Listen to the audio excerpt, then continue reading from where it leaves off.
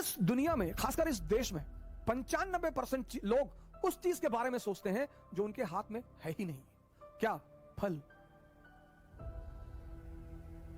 Sir आपको पता ही नहीं कल क्या होने जा रहा है, तो जब हमें कल का पता ही नहीं तो हम आज में रहें।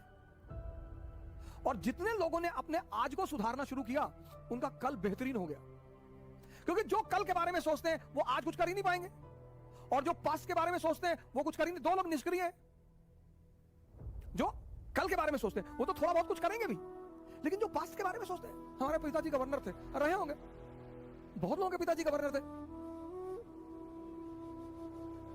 सर मुसीबत आती है परिवर्तन करने के लिए, यह मुसीबत का बहुत बड़ा पहलू है सर। मुसीबत जब भी आई, ये मेरे पिताजी ने मुझसे कहा, उन्हें गांव से भगा दिया गया तो बेचारे भगोड़े हो गए, वो गांव वालों ने भगा दिया, वो कोई पीछे था नहीं तो गांव वालों ने भगा दिया, तो माँ बाप दोनों बेचारे इधर उधर अपना भाग भटकते रहे। तो एक बार मैंने आपसे उनसे पूछा कि आपको बदला लेने की इच्छा नहीं हुई? बोले पागल, मुसीबत आती है कुछ बड़ा करने के लिए अगर आप जागृत हैं। मैंने कहा कैसे? बोले राम राजा बनने जा रहे थे, मेरी आदत है क्रॉस क्वेश्चन करने की। मैंने कहा कैसे? बोले राम राजा बनने जा रहे थे। मैंने कहा हाँ। बोले मुसीबत आ गई? हाँ। मैंने कहा बिल्कुल। बोले 14 साल जंगल में रहे? मैंने कहा हाँ। बोले उसी जंगल में रहकर भगवान बने। अगर राम के जीवन में जंगल को हटा दिया जाए, उस 14 साल की साधना को हटा दिया, आप देखिए 14 साल की साधना। पिताजी ने कहा कि देखो मुसीबत आई। मैंने कहा हाँ। बोले वो मुसीबत को मैं उन्होंने मजा लेना शुरू कर दिया, तैयार है। पिता दशरथ कह रहे हैं कि तू मना कर दे, वादा तो मैंने किया था ना, तू मना कर दे कि मैं नहीं जाऊंगा, मैं देख लूंगा। अरे बोले नहीं, जाना तो है ही है। और ये इस बात का संदेश है कि हर व्यक्ति को, वो चाहे भगवान ही क्यों ना हो, कितना बड़ा संदेश है कि हर व्यक्ति को इस जीवन में संघर्ष करना है। जो हंसकर करेगा वो राजा बनेगा, करना ही करना है सर। कोई दुनिया में ऐसा व्यक्ति है ही नहीं जिसको संघर्ष ना करना पड़ा सर। लेकिन जिसने संघर्ष में मजा लेना सीख लिया, आप अगर बहुत गौर से जीवन को देखें तो हम जब क्लास 10th में थे तो हमारी माता जी हमसे कहती थी कि बेटा 10th की पढ़ाई अगर कायदे से कर लोगे ना, बस 3 ही साल जीवन में पढ़ना है। मैंने कहा अच्छा? हाँ। बोली बस 3 साल, 10th 11th 12th, और 3 साल अगर पढ़ लिए फिर जीवन में पढ़ना ही नहीं। हमें लगता है आपको भी कहा गया होगा कि बस 3 साल, अब आपने पढ़ लिया, 97.8% आपके मार्क्स आ गए। अब पता चला कि भैया अगर आईआईटी निकल जाए, मेडिकल निकल जाए, केजीएमसी मिल जाए, अरे फिर तो जीवन, आपने फिर से दम लगा दिया, आईआईटी भी निकल गया। अब जब आप आईआईटी से निकल आए तो फिर एक और बवाल हो गया, आपके मोहल्ले का एक लड़का आईएएस हो गया, पूरा खानदान में पूरा खानदान को दहेज में बीएमडब्ल्यू मिल गई, 10 करोड़ कैश मिल गया। अब आपके पिताजी फिर आपकी तरफ पलटे कि तुम तो वैसे भी इस परिवार के चंगेज खान हो, तुम्हें किस बात का डर? तुमने कहा हाँ चंगेज खान तो मैं हूं। हाँ बोले जब ये मामूली सा ये सिंह साहब का लड़का अगर आईएएस बन सका, तुम्हारे लिए क्या है? मैंने कहा बिल्कुल हमारे लिए क्या है। और तुमने झोरा डंडा उठाया और बाबूजी का पैर छुआ कि बाबूजी चल रहे हैं, अब दिल्ली फतेह करके जाएंगे। चलो फिर आईएएस बन गए, फिर बन गए। आप देखो जिंदगी में कहीं भी संघर्ष खत्म नहीं हो रहा है, रूप बदलते जा रहे हैं, रूप। कहीं भी संघर्ष फिर यह हुआ कि भाई आईएएस बन गए, अब चलो शादी हो गई, मजा आएगा।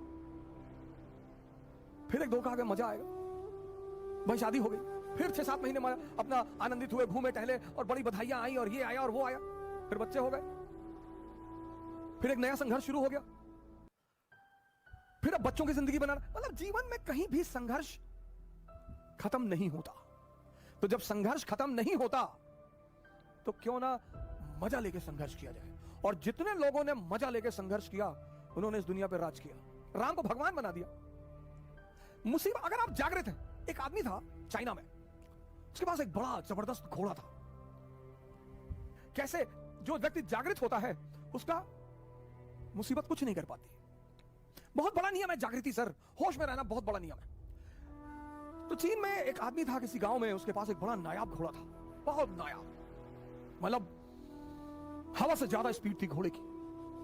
तो उस देश के राजा ने उस आदमी को बुलाया, कहा तुम अपना घोड़ा मुझे दे दो, तुमको मैं मुंह मांगी कीमत दूंगा।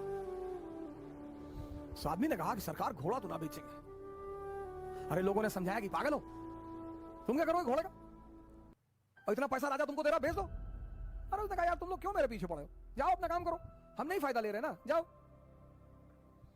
एक दिन क्या हुआ, घोड़ा भाग गया।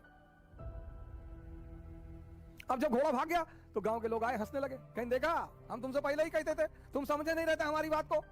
अरे उसने कहा बड़े भाई घटना सिर्फ इतनी है कि घोड़ा भाग गया है, बस, इसमें ज्यादा चिंता करने की बात नहीं है। वो चला गया तो चला गया, मैं क्या करूं? जी पागल हो, तुम्हारा नुकसान हो गया? बोले कोई नुकसान नहीं। 10-15 दिन बीता, एक दिन घोड़ा वापस आ गया और अपने साथ 20 घोड़े और लाया अपनी तरह के। गांव वाले फिर आए, कहीं बेटा तुम बहुत चालाक आदमी हो, तुमको पता था कि कुछ कांड करने गया है ये, बड़ा बढ़िया यार, तुम तो बड़े फायदे में हो यार, पहले तो अकेले था अब तो 20 ले आया। उन्होंने कहा यार तुम लोग राय देने क्यों चले आते हो यार बार बार? अरे घोड़ा चला गया था, आ गया अपने साथ 20 घोड़ा और ले आया, घटना बस इतनी है, इसमें बहुत ज्यादा खुशी होने की कोई बात नहीं। पड़ोसी राज्य ने उस राज पर हमला कर दिया। अब वो जो 9 घोड़े आए थे उसमें से एक घोड़े को इस किसान का बेटा ट्रेन कर रहा था, घोड़े से गिरा, उसका दोनों पैर टूट गया। गांव वाले फिर आए, ये बड़ा बुरा हुआ यार, बताओ तुम्हारे लड़के का दोनों पैर ही टूट गया। बोले यार तुम लोग शांत नहीं रह सकते हो, अपना निर्णय अपने पास नहीं रख सकते हो। ठीक है यार पैर टूट गया, देखेंगे भगवान कुछ करना चाहता होगा, अच्छी बात है, जाने दो। उसी वक्त पड़ोसी राज्य ने इस राज्य पर हमला कर दिया। गांव के जितने भी जवान लड़के थे सब सेना में बुला लिए।